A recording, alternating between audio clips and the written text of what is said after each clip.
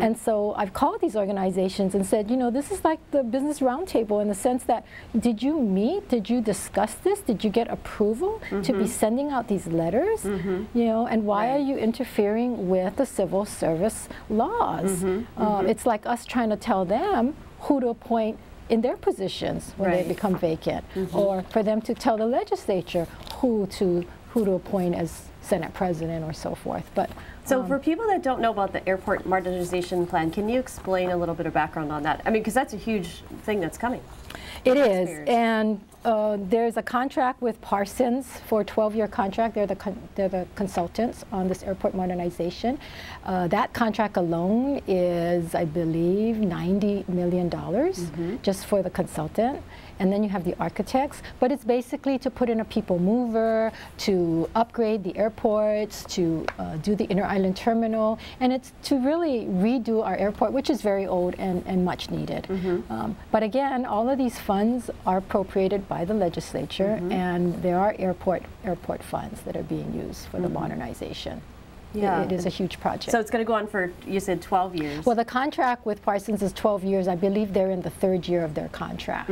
So it is a 20-year project, I believe. And so then on every island, the airports are going to get fixed, or mostly the main airport? I believe it's mainly the main airport, but I believe there are on each island different projects to improve the airports. So you'll have lots more to look into on those. Lots more to look into. So what about coming up? Do you have any more to this investigation that you want to share, or any other? Another one, interesting one, is the Uolena Street, which is near the airport. There's a piece of property that the state owns, Uolena Street, and when we bought the property, there's a company who had the ground lease, warehousing company, had the ground lease on it, and they subleased it to Hawaiian Tel.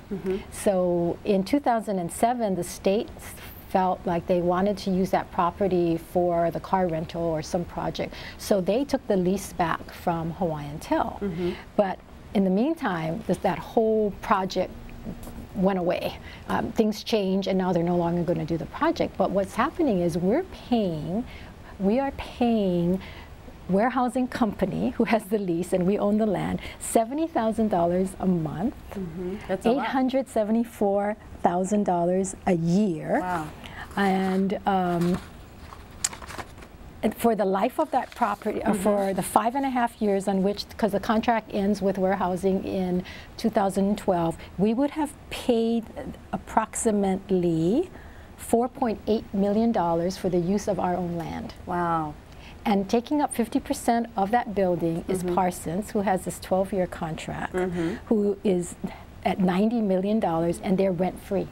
Wow. They don't pay any rent. I'm not sure who negotiated that contract and why would allow them to be rent-free for a lucrative $90 million contract. Now, have you requested the contracts? Or? Yes, we have. We are in the process of looking at it. We'll be discussing it further tomorrow. But, you know, that concerns us. That's major waste in government, it sounds like. Major waste in money. Right, you know, especially when we're supposed to be cutting back with the, the legislature and the governor were looking for ways to cut back. Absolutely, right? Absolutely. So what else are you going to bring up in your hearings, or do you have any other investigations that are going to be coming up?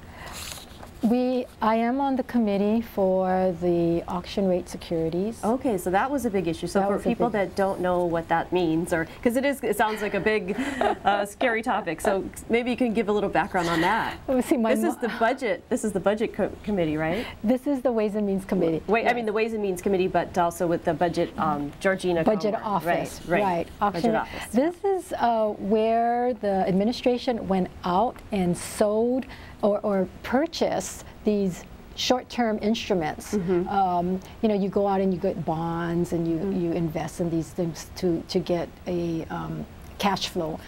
And what happened was the law says that it needed to be short-term and needed to be 5 years. And so they went into these auction rate securities, and these securities at the time had a turnover, 7 to 30-day turnover. However, the underlying maturity of these were 30 years, 25, 30, 40 years to mature. When the economy got into the situation we're in, all of a sudden you couldn't liquefy these investments. Right. And now you're holding them to the full maturity date. And so the whole issue came up is who decided that.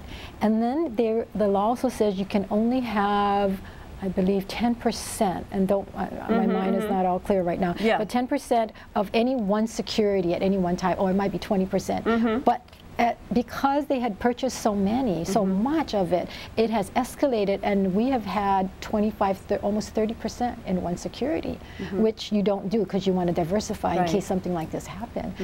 So there's all of these issues as to who they purchased it from, one person, how come nobody's paid attention to it. You have a calendar with people handwriting on it on how they're tracking some of our investments and when the bonds are coming due. So there's a lot of question, and then the auditor audited and came and showed that there were a lot of problems with the auction rate securities. So we have asked the AG to look into, in fact, if there are any laws that were broken and violated. So what does that mean for taxpayers so they understand? How did that impact the budget and taxes and so on?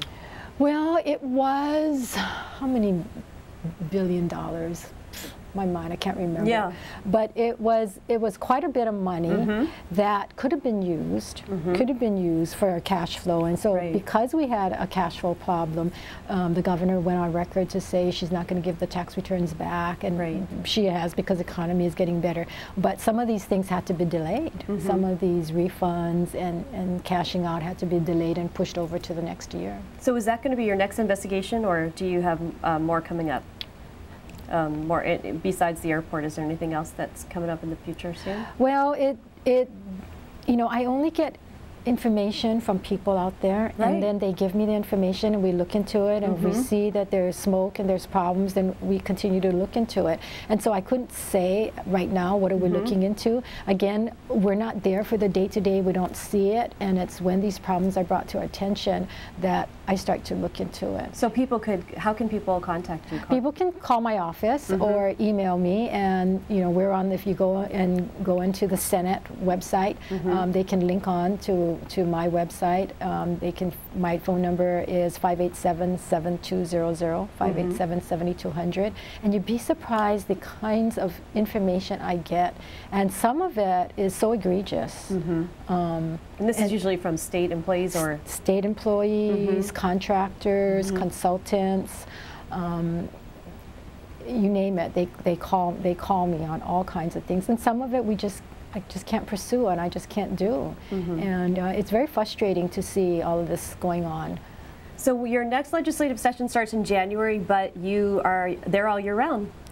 Yes, we get to the bills and we work on the budget from January through May, but during the interim we usually are wrapping up for the year before, getting ready for the next year, and doing interim projects. And these are sort of our interim projects that we don't have time to really look into during the session because we're so inundated with bills that we have to take this time during the interim. And I'm a true believer of utilizing the committee structure and airing it out so that the public can understand what is going on year-round with their money and with their government. Great. Well, I'm so glad you're on the show. Can you believe we're already out of time? We're going to have a part 2 to find out all the things you uncovered. But thank you so much. They can tune in. They can tune in tomorrow, 10 o'clock on That's right, on Olelo. On Olelo. Okay. Well, thank you so much for joining us today. Thank you for having me.